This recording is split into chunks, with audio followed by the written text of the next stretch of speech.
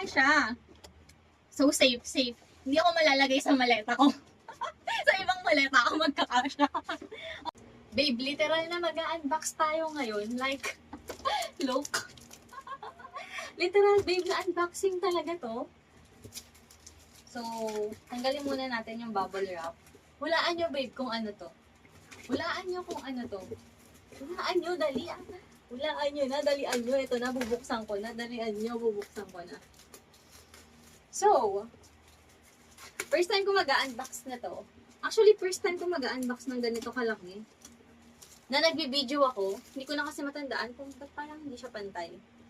Okay, never mind. So, na-excite ako. Nung nakaraan ko pa ito inaantay. And finally. Ay, wait lang, parang baliktad, bebe ko. Oo nga, baliktad. Wait. wait, baliktad siya. Ang mahiwagang mensahe. Wait.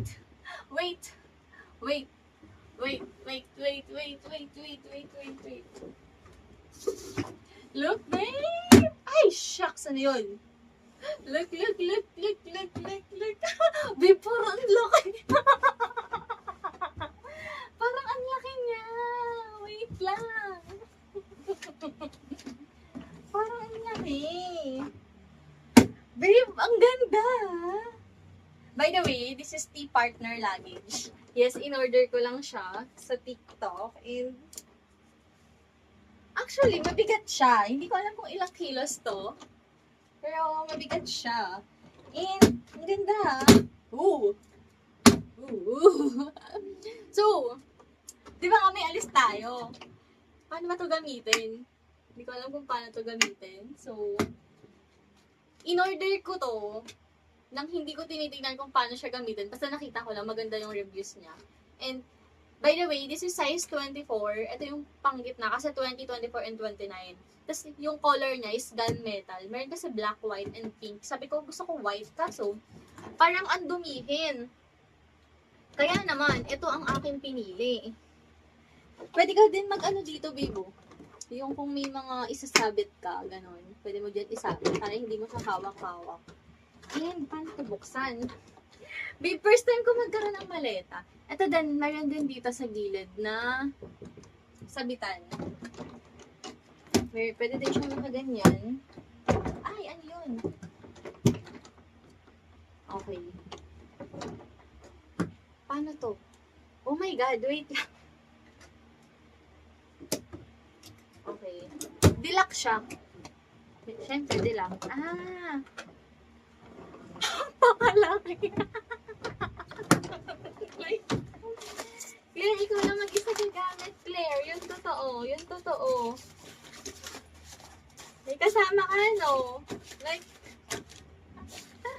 wala lang. Natuwa lang ako. Titignan ko pa, alamin ko pa kung paano ko i-fix yung lock. Hindi ako marunong yung ganito, yung, di ba? Nakikita ko kasi ang gaganda nung reviews na to. Meron kami, tumingin kami sa mall. Kaso babe, sobrang mahal. Sabi ko, hindi na sa online na lang ako titingin. Eh, babe, napaka-spacious niya, babe. Kasyang-kasya. Wait lang. Tingnan natin kung kasya. Ay, baka mabasag. Wait. Ay, joke, hindi ako kasya.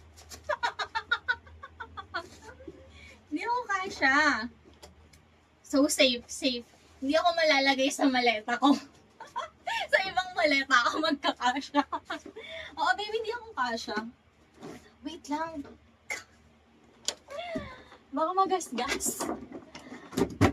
So, yes, ang cute. And look. T-Partner. Pwede daw itong upuan. Try natin. Wait lang. Kasi hindi pa nagagamit, nasira na, no? Wait lang. Ah, in fairness, Oh! In fairness, pwede nga siya upuan. Oh, babe. Babe, first time ko magkamaleta, na-turn akong maleta. Hinirang ko yun. Yung maleta na yun, maliit lang. Tapos, hinaram ko siya, pinahiram sa akin. Tapos, hindi ko alam kung may ano na talaga yon, sira na talaga yon. Pero yung ilalim pagbalik sira, so pinapalitan sa akin. And babe, pinalit ko mas malaki pa. So definitely, ayoko na siyang gamitin kasi bad memories yun. Bad memories. So yes babe. Diba, ang cute.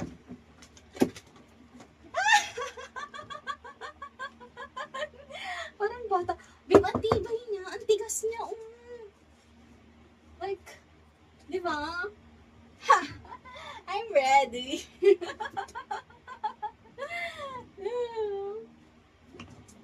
Babe, legit. Di ba naglaro na ang bata? Okay, enough na.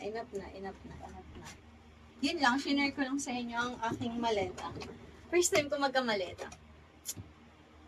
Pretty. Worth it.